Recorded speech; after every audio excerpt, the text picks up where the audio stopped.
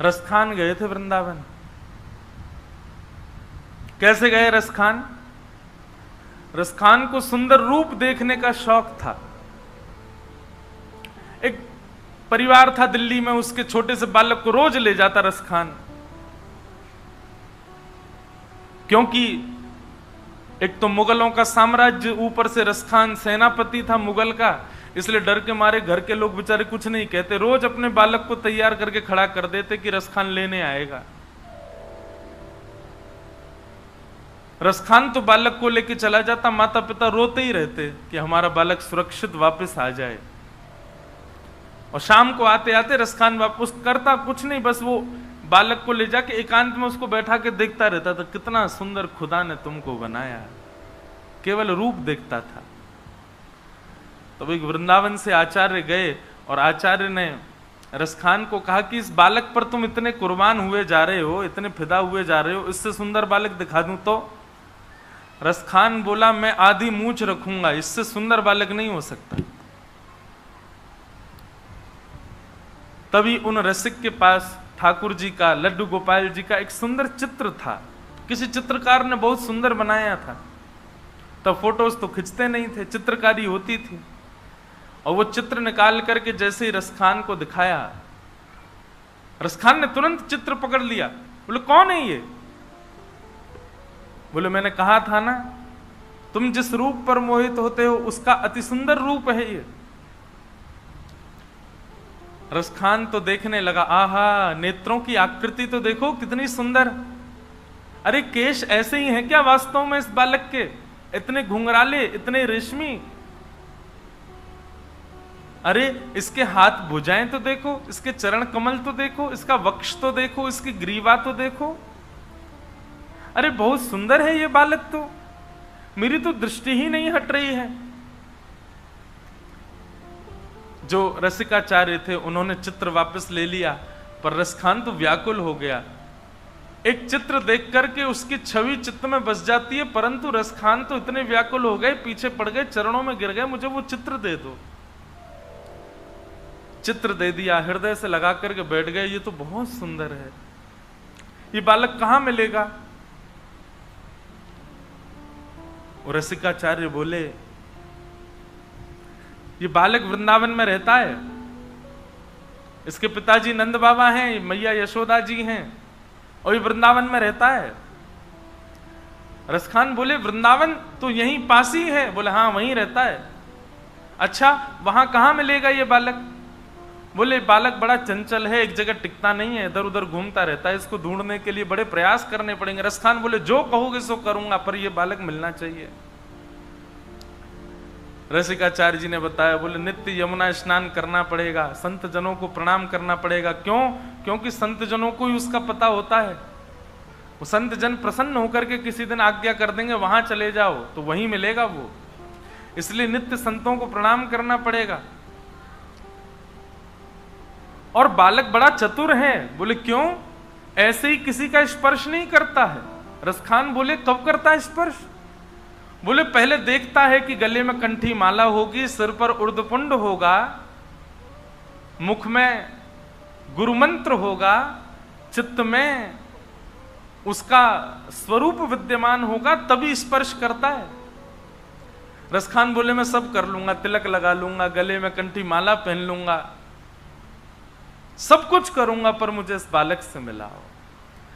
रसिकाचार्यों ने नियम बता दी। और रसखान वृंदावन में कोई भक्ति करने नहीं आए थे। रसखान वो वृंदावन में तो उस बालक से मिलने आए थे। बस बालक किस कारण से मिलेगा, किस उपाय से मिलेगा, वो सारे उपाय मैं करूंगा। और उन्हीं उपायों में भक्ति करते करते करते करते करते करते भक्त राज बन गए श्री रसखान।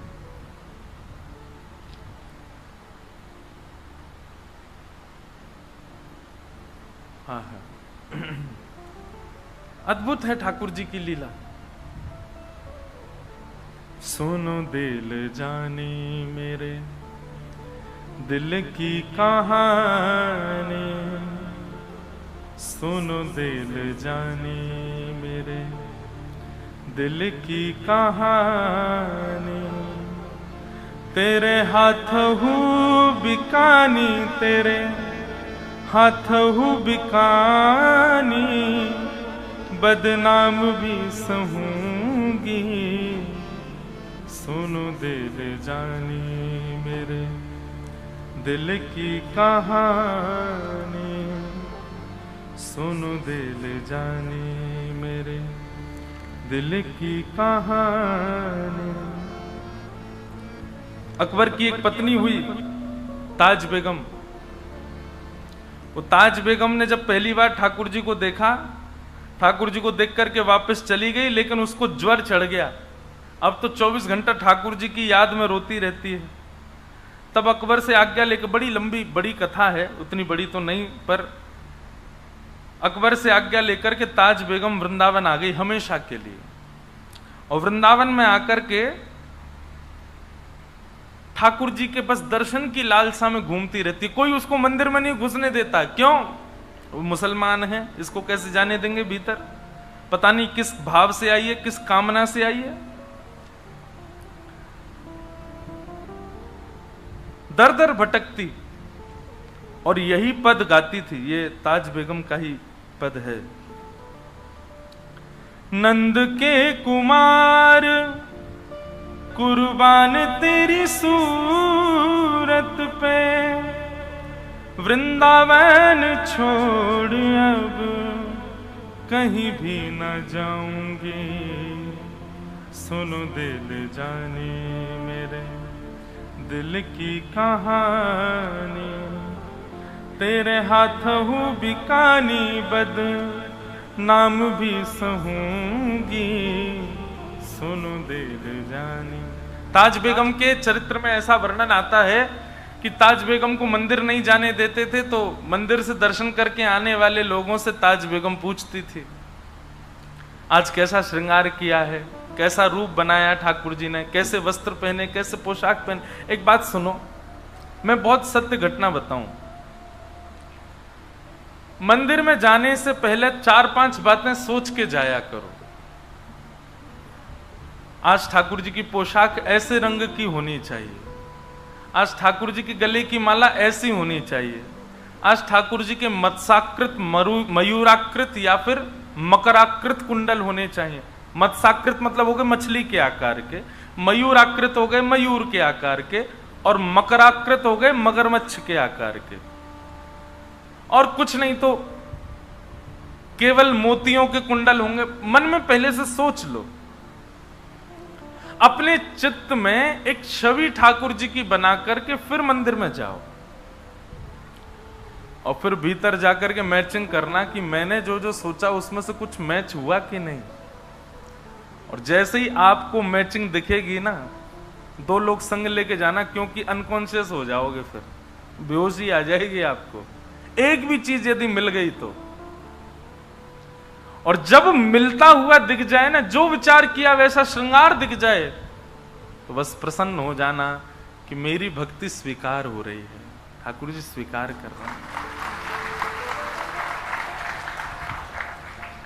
एक प्रसंग है, मैंने 1-2 बार सुनाया कथा में। हमारे गिरधर लाल जी कल पधारे थे कथा में।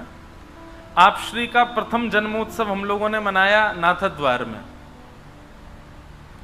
और इस बार ठाकुर जी का 5म जन्मोत्सव भी नाथद्वारा में ही है।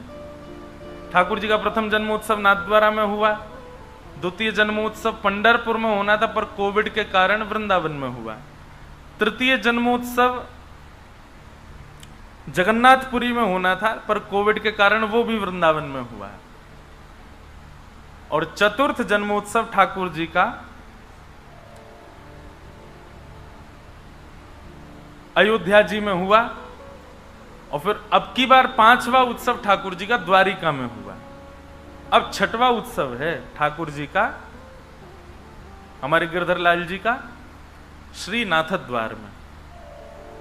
आप लोग भी आइएगा। 11 से 17 जनवरी ठाकुर जी का हर वर्ष 11 से 17 जनवरी अलग अलग जगह पर उत्सव होता है। और देखो जगह पता कैसे डिसाइड होती है, अंतिम दिन 4 पर्ची डाली जाती है 4 जगहों की, उसमें से एक पर्ची उठेगी, जहां का नाम आता अगला उत्सव वहीं होता है। तो इस बार 4 पर्ची डाली थी, और 4 पर्चियों में था तिरुपति बालाजी, गुरुवायूर, नाथद्वार और श्री गोवर्धन वृंदावन अपने ब्रज में। तो जब पर्ची उठी तो आया नाथ द्वारा, श्री नाथ द्वारा। तो 11 से 17 जनवरी वहां होगा उत्सव। तो प्रथम उत्सव जब ठाकुर जी का हुआ, हमारे लाल जी जब 1 साल के भये, तो कितनी सत्य घटना, बहुत ध्यान से सुनना। तो वहां कथा का नियम होता है, 9 बजे कथा शुरू होती है, 12 साढ़े 12 बजे तक कथा चलती है लाल जी के उत्सव में, और शाम को उत्सव होते हैं। तो सुबह सुबह उठ करके मैं ठाकुर जी का श्रृंगार आदि करके बढ़िया उनको तैयार करके बंगला सजा करके, सर्दियों का समय होता है तो पुष्प के बंगले नहीं बनते ठाकुर जी के, हठरी बनती है, हठरी ठाकुर जी को धराई जाती है।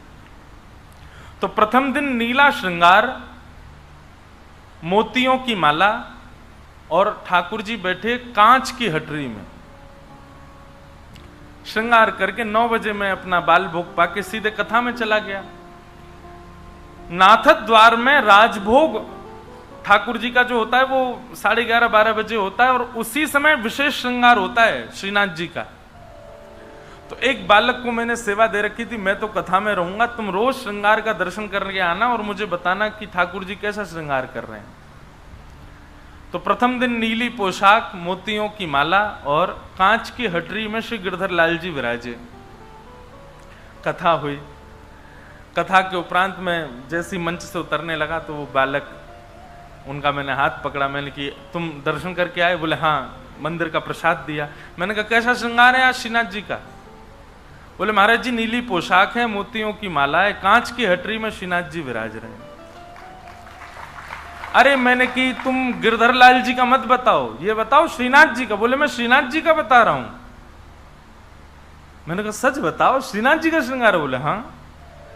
तो प्रथम दिन इतना आनंद हुआ, लेकिन वहां नियम है कि राजभोग के बाद फिर हठरी आदि जो है वो बढ़ा देते हैं, तो शाम के दर्शन में दर्शन नहीं होता। मैं शाम को जाता था तब ठाकुर जी सहज भाव से मिलते थे। मैंने कहा लाल जी बड़ी कृपा करी, आज तो आपने हमारी सेवा स्वीकार कर ली है। दूसरे दिन मैंने ठाकुर जी का, श्री गिरधर लाल जी का श्रृंगार भयो, और हमने घटा का श्रृंगार किया। घटा का श्रृंगार कैसा होता है? पिछवाई भी उसी रंग की, पाग भी उसी रंग की, पोशाक भी उसी रंग की, मुजरी भी उसी रंग की, मसनद भी उसी रंग की, चौकी का जो नीचे की ठाकुर जी की गद्दी होती वो भी उसी रंग की, नीचे खंड सब एक ही रंग होगा ऊपर से नीचे तक। केवल ये सांवला सांवला दिखेगा, बाकी कुछ नहीं दिखेगा। उसको घटा का श्रृंगार कहते हैं। तो हमने बैगनी घटा का श्रृंगार किया श्री गिरधर लाल जी का। पूरी सब घटा बैगनी बैगनी बैग, सब जगह बैगनी से।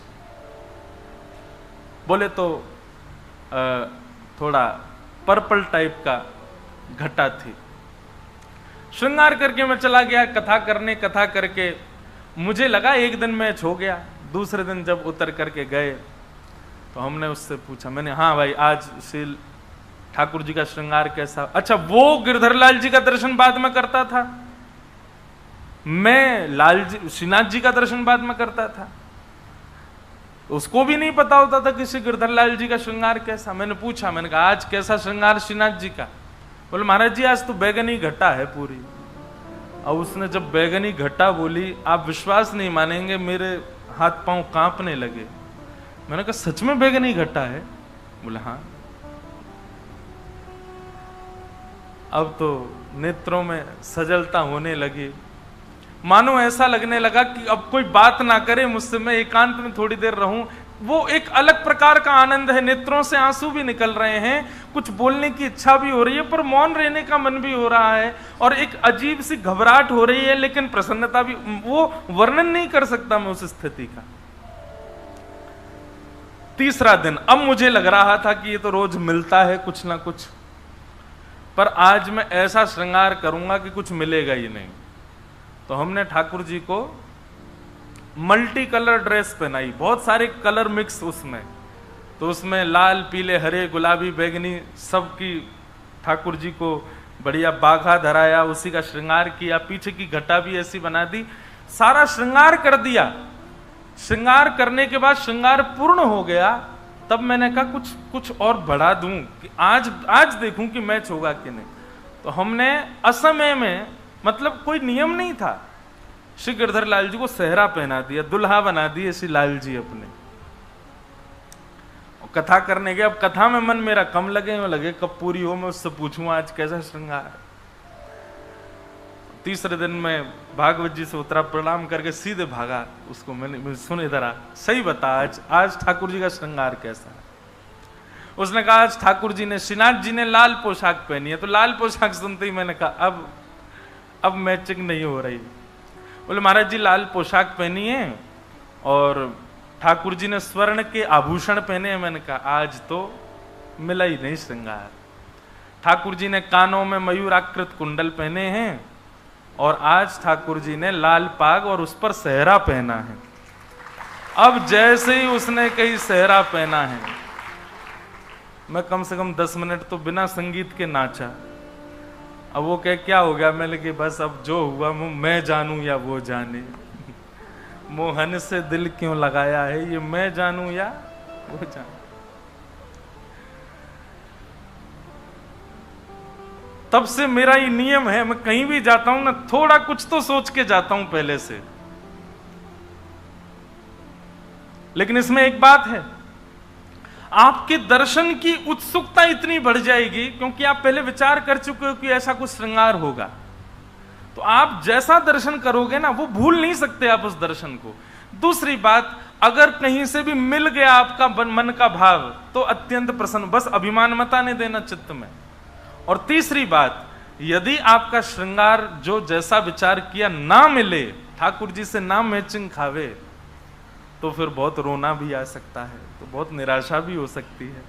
इसलिए अत्यंत उत्सुकता वो हो जाए तो अभिमान मत करना, और बहुत कष्ट हो तो रोना नहीं, तैयारी बना के जाना, लेकिन करना जरूर मेरी कही ये बात। और ये पता, सब जगह कुछ ना कुछ किया करो। अपने गुरुदेव से मिलने जाओ तो मन में विचार करो, आज अगर गुरुजी ने ऐसा कुछ किया तो समझ जाऊंगा कि मुझसे प्रसन्न है। कई लोग हैं वो हमारी कथा सुनते हैं और कथा लाइव ही सुन रहे हैं अपने घर बैठ के, वहीं से सोचते हैं आज महाराज जी ने अगर हमारा नाम बोल दिया मंच से कथा कहते कहते। फिर एक कोई मुझे मिले तो बोले महाराज जी हम पहले ही सोच के बैठे थे, आप आज आपने ऐसा बोला तो हम समझ जाएंगे ठाकुर जी प्रसन्न है, और आपने तुरंत ही बोल दिया। मैंने कहा भाई मैं मुझे कोई पता नहीं चली थी कि तुम सोच रहे हो, ये तो ठाकुर जी बुलवाते। पर इस प्रकार का स्वीकारीकरण आपकी भक्ति की पुष्टता को प्रमाणित करता है। ताज बेगम वो मंदिर नहीं जा पाती है, पर नित्य आने वाले दर्शनार्थियों से पूछती है कि श्रृंगार कैसा है ठाकुर जी का, और जैसा जैसा लोग वर्णन करते हैं वैसी छवि अपने चित्त में बनाती है। ये करते करते ताज बेगम को महीनों बीत गए। वो रोज सुन सुन करके ठाकुर जी की छवि चित्त में बनाती है और उस वहीं दर्शन करती है।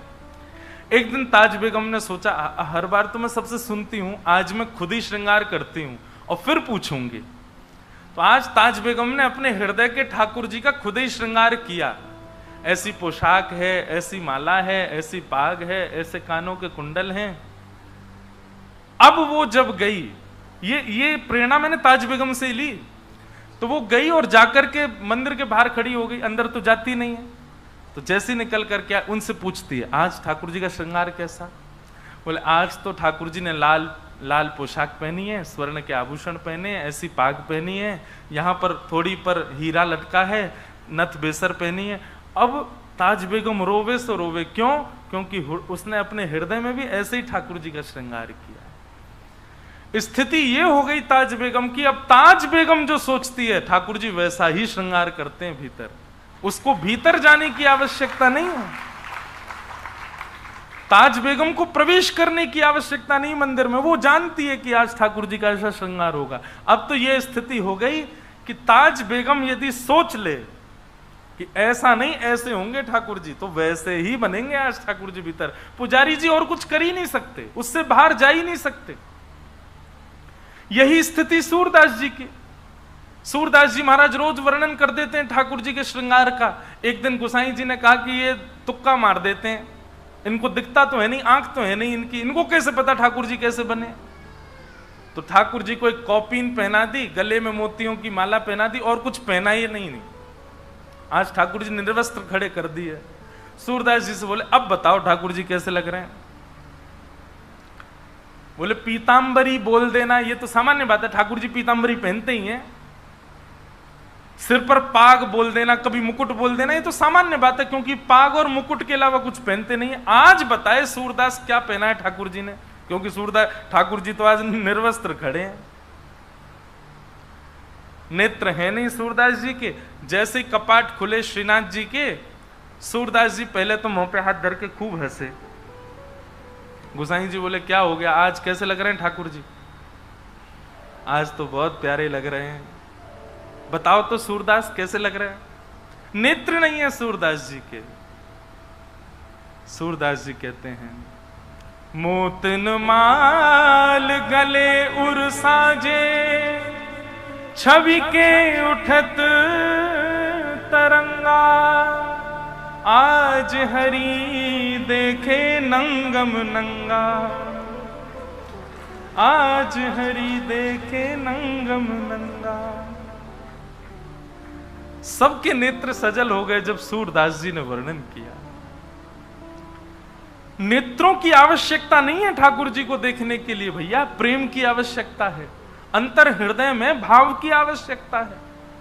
कानों की आवश्यकता नहीं है ठाकुर जी की कथा सुनने के लिए, भाव की आवश्यकता है। जीव की आवश्यकता नहीं है ठाकुर जी की कथा गाने के लिए, भाव की आवश्यकता है।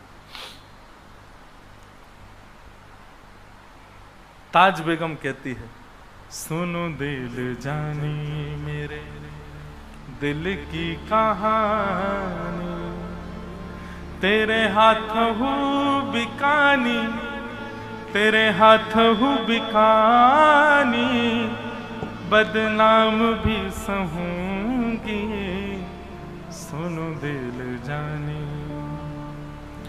देव पूजा ठानी में नमाज हूँ भुलानी, तज कलमा कुरान तेरे गुणन गहूंगी मैं, सुनो दिल जानी मेरे दिल की कहानी, तेरे हाथ हूँ बिकानी, तेरे हाथ हूँ बिकानी, बदनाम भी सहूंगी, सुनो दिल जानी।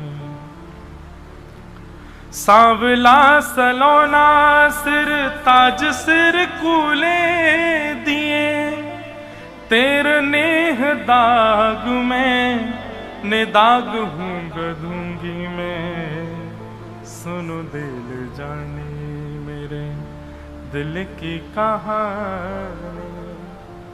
नंद के कुमार कुर्बान तेरी सूरत पे, नंद के कुमार कुर्बान तेरी सूरत पे, हूँ तो मुगलानी हिंदुआनी हूँ रहूंगी मैं, सुनो गुल जानी मेरे दिल की कहानी, तेरे हाथ हूँ बिकानी, तेरे हाथ हूँ बिकानी, बदनाम भी सहूंगी, सुनो दिल जानी। ये प्रसंग क्यों सुनाया मैंने कि वही ताज बेगम जब वृंदावन जाती है तो उसको भीतर मंदिर में जाने की आवश्यकता नहीं है, वो केवल वृंदावन को भजती है और वृंदावन की कृपा से ठाकुर जी मंदिर के बाहर तक दर्शन दे देते हैं उसको, बाहर नहीं अंतस्थ में। और वृंदावन जब कृपा करता है ना बंधुओं, तब वृंदावन की कृपा से आपको साधन की आवश्यकता नहीं होती। आप जहां बैठेंगे वहीं राधा रमन लाल हैं, आप जहां बैठेंगे वहीं श्री बिहारी जी महाराज हैं, आप जहां बैठेंगे वहीं यमुना जी हैं, आप जहां बैठेंगे वहीं श्री गोवर्धन नाथ प्रकट हो जाएंगे। ये वृंदावन कृपा करके प्रदान करता है, ये अन्य में सामर्थ्य नहीं है कृपा करने की। भाई आपको किसी की कोई वस्तु चाहिए तो जिस पर वो वस्तु है उसी से तो मांगोगे। वृंदावन की श्री यमुना जी हैं, वृंदावन की श्री गोवर्धन नाथ हैं, श्री राधा रमन, राधा वल्लभ, राधा बांके बिहारी, ये वृंदावन के ठाकुर हैं। वृंदावन को भजोगे तो वृंदावन इनको प्रदान करेगा। फिर चाहे आप जहां रहो, वृंदावन कृपा अनुग्रह करके ये प्रदान करता है। मैं तो निवेदन करता हूं कि श्री जी को भजो, ठाकुर जी को भजो, जिसको भजना भजो, परंतु एक बार मेरे कहे से वृंदावन को भजना प्रारंभ कर दो। नित्य आप अपनी सेवा के भाव में अपने, जब भी आप बैठते हैं अपने ठाकुर जी के आगे नेत्र बंद करके, श्री वृंदावन वृंदावन वृंदावन वृंदावन वृंदावन वृंदावन वृंदावन वृंदावन भजो। वृंदावन अनुग्रह करता है तो आपको कण कण में श्री राधा रमण जी का अनुभव होता है। ऐसा श्री वृंदावन धाम, उस